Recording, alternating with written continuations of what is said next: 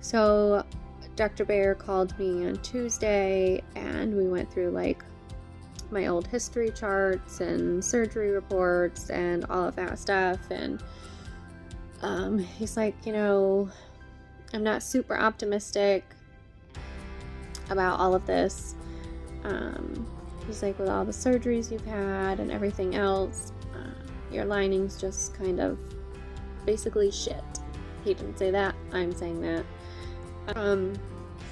Let's monitor like my natural cycle. So when I get my period, I'll call, we'll do blood work, ultrasound, and he wants to just monitor me like blood work and ultrasound up until ovulation to see what my body does naturally on its own, to kind of give us like a good idea of where our starting point is. He said if your lining, doesn't naturally get thicker, then that's, kind of an issue too.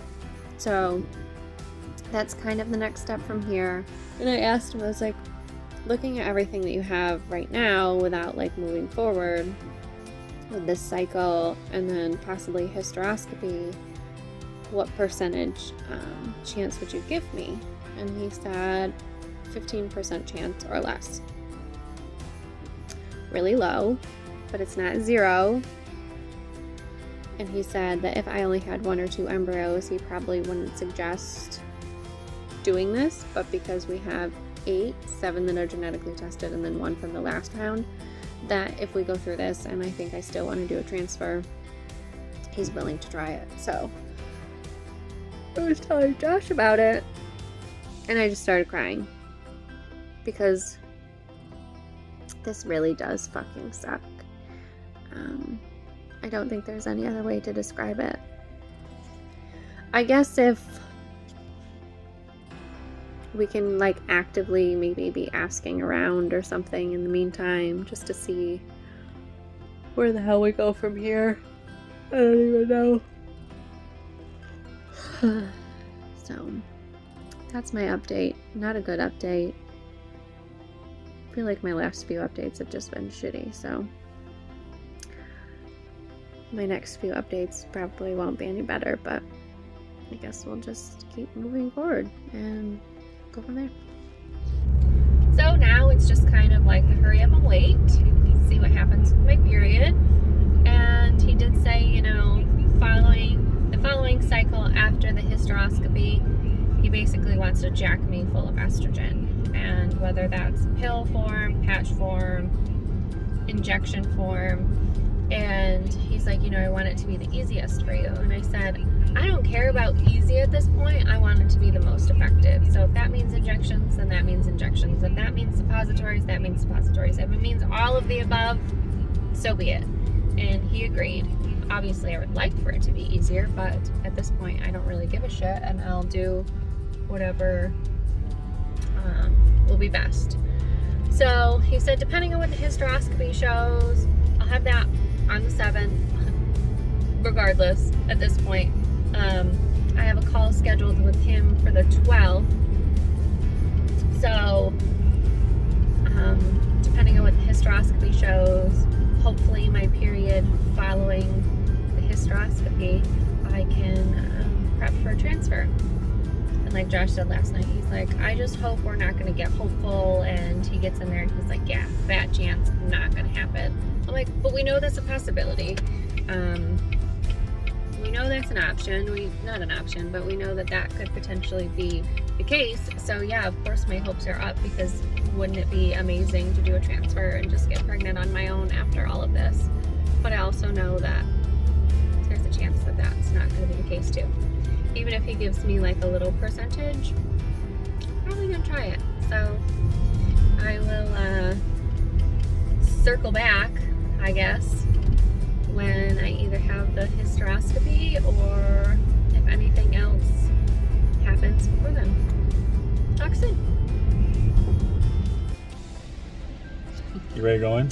No visitors. No visitors allowed. We are at Newton Wellesley Hospital. It is Friday, May 7th, Isla's birthday. About 12:30. Yeah, happy birthday, Isla. Scheduled for hysteroscopy. With Dr. Loring. Just took some muscle relaxers and ibuprofen because they're not giving me any drugs. So They said it should be about an hour, so. We won't know today though, right? I don't know what they're going to tell me today. She might tell me like if there's something in there that she's removing, but I don't think she's going to give me like a percentage of what my uterus looks like. That will probably be up to Dr. Bayer. That's fine. I just will know. So slightly nervous though because they're not giving me any drugs. They're putting me under like the 6 others I've had in the past. Well, I'm assuming if they're not putting you under, I don't think it'd be that horrible, or else. Oh, they're cutting shit out of the inside of my body. Okay. Let's pray that it all works. You know, you're not painful. And so I'll be sitting in the car with you, watching cars drive by. You ready? Ready. Love you. Love you.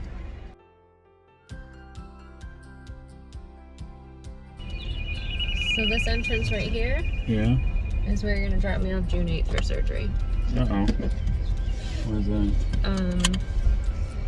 There's a little bit more scar tissue she wants to remove, and there is another fibroid. A lot of them? I think 2. So she's like, alright, we don't use the speculum, I just use the camera to like guide everything. The speculum is usually like the worst part where they open everything up. I'm like, okay. She gets in there with a camera through my vaginal wall. She's like, there's a big huge TV. I have a picture of the room. There's a big huge TV on the wall behind me. I was like, oh, I really wish that I could like see this too. I think it's kind of fascinating. And so she put it up on a little screen over here so I could watch it too. So she goes in and she couldn't find the opening to my cervix for whatever reason. So it took her a little bit longer. So while she's in there with the camera, they're injecting fluid at the same time to kind of like rinse everything away. And then she found my cervix and she put the camera through my cervix. So fucking awful. Ugh. I can imagine. How about the camera? So it's basically like they had to dilate me as if I was getting ready to have birth. So they start to dilate your cervix to make the camera go through. So I'm watching it on the screen and I'm like trying to take as many deep breaths as I can. She's like, how are you? I'm like, this fucking sucks. Okay. And she's like, she says to the nurse, like, can you hand me the scissors? There are these on this long thing because I have to go all the way through the camera. And on the end of them, there's little tiny, tiny scissors. And she starts cutting the scar tissue on my uterus. And I have a heating pad on my stomach, and I can feel the movement from the inside out. And it was like, okay, I can't keep my hands there. And I just was like, I had my eyes closed. Yeah. And I was just trying to take as many breaths as I could. She's like, you're doing great. I was like, not having it. Yeah, she's like, we're almost done, we're almost done, we're almost done. So, out of all the things that I've had done, it was the worst. That was probably the worst. Yeah, wait for us. Definitely not comfortable. So she's like, she's like, your right side is, your right side has a lot of really healthy tissue. She's like, but your left side has a lot of scar tissue on it. She said there's like, it's 60% of my like uterus has scar tissue. So, and then she's like, I want you to do an ultrasound because I feel like I can see a fibroid, and usually I can see it better through an ultrasound versus with the camera because the way it like photographs on it or whatever. And so we did the ultrasound, and she said there was a couple little ones in there. And she's like, I want you to come back. I want to put you under, and I really want to like clear out all the scar tissue, get that fibroid. Yeah, you did a while back. Yeah. 2019, I think, was the last one. Did she say how bad, or was she worried? Or? No. She said they're like 1.5 centimeter fibroids. How many? I think there was 2. She said that, you know, if you remove those, it's going to give you some night. Look at that guy running. He's doing after. Yeah. Doing more than we're doing. She said if we remove the fibroids, it's going to give space for more healthy, hopefully, tissue. So she said, but also after that, she might want to see me one more time for what I just did, just to check to make sure everything is like still cleared out and healed versus something else. So there's that. So there's that. But she goes, you didn't do any transfers with like good quality embryos, so you have no idea if there's a reason why it wouldn't work. So how is... Because Dr. Arroyo, crazy Arroyo in Syracuse, was basically like, you need a surrogate. He was kind of a... Cluster F. Well, he was a flighty fucker. Yeah. But she didn't sound like, no, there's no way you could do this. Did she give you any kind of percentage or not? No. No. No, I think after like she gets in there and does the fibroid removal. But I think she was surprised that we just did like one crappy quality embryo transfer and just jumped right to surrogacy and didn't even like try our own embryos, which I kind of agree with. So I really like the Let me read your chart. She was young, she was nice. That's cool. Yeah. Good. So. Okay. Deuces till next time. Deuces. We have arrived. We are in Newtown. Newton. Close, Newtown. In a Jewish church or school parking lot. There's a menorah in the front of the building. That's irrelevant. We're not at the hospital quite yet. No, we're not really. So, we'll see what they say. Anxious to see what they say and what the next steps are from here. They find, obviously, yeah. Yeah, if I've got to come back for another procedure or if it's just like, yeah, you take the meds and you're good after that. But I have a feeling she's going to want to see me again for what I did last time. Boo. Yeah, just to make sure that the scar tissue hasn't come back. That's about it. We'll check back after. Deuces, mom's going down. Deuces. Dad's going to get lunch. Mom is going to go take a nap. Toodles. Before surgery, yeah. She's like, well, I don't want to make you feel crappy, like with meds or whatever. And I was like, honestly, whatever it takes to fix this shit, I'll do, even if I do feel shitty in the process. She also said that she's going to keep you on to help you heal, she told me. Yeah, the estrogen is supposed to help prevent scar tissue from growing back, so. She said that, but she said that everything looked good. Okay. She said that. She seemed optimistic, the nurse said. She took one fibroid. And she said that took her for 6 minutes and everything went really good, and she was really optimistic. Slight right onto the I-95 South Rim to how good it was, and then your endometrial lining, she said. Your uterus she was happy with that. And she said it has a nice shape. So she's very optimistic for a transfer. Yeah, optimistic for transfer, and okay. And she's gonna see you in a month when you get your next period. So. Yeah, with the next hysteroscopy. So I have to go back in and do that amazing thing that I did last time. Yeah, she didn't seem too worried. She seemed very optimistic, and I was kind of surprised. And she said she took the one out. I don't know if she took any small ones. She didn't say, but not the scar tissue. Anything about the scar tissue? She said she took some out, and that there really wasn't a lot in there. Oh. She seemed very optimistic about everything. Good. She worked her magic, and I mean, they are what, top? You said top rated A in the country? They're A-lister doctors. A-listers. So, all right, we got no prior video. We just got a coming out video here. Yep, coming out video. It's 11:42. We've been awake since. Wait, what day is it? Monday the 20th. Of July. Yeah, Monday, July 20th. It's actually July 19th. Oh, July 19th. Day off. Sarah's here with me in Boston because Josh is getting his tonsils and adenoids out. You can't see her face because this thing's right over the center of it. It's okay. I don't need to see what I look like. Yeah, he's getting his tonsils and adenoids out. So we came here for my appointment with Dr. Isaacson. We just got done with that. We were in there for about an hour and a half. And it wasn't as nearly as painful as my last one, so that was really good. And he removed a fibroid.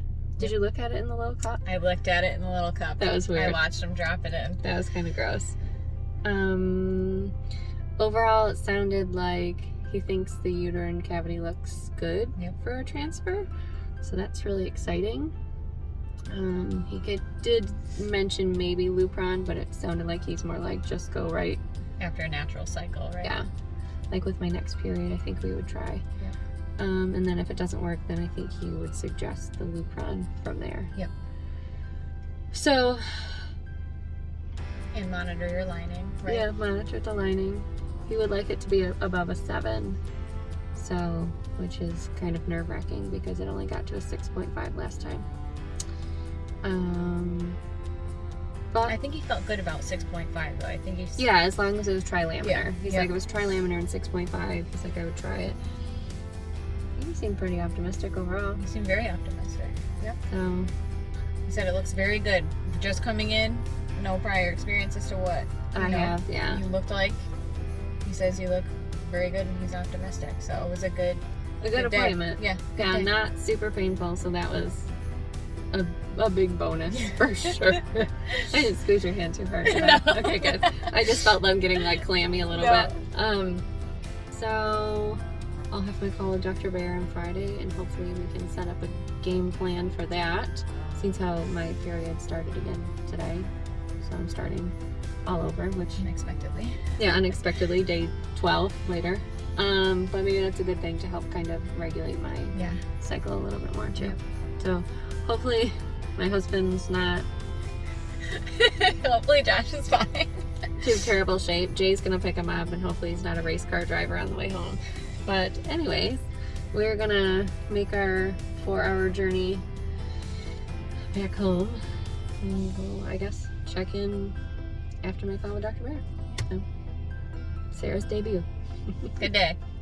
So, Dr. Isaacson basically cleared me to try transfer.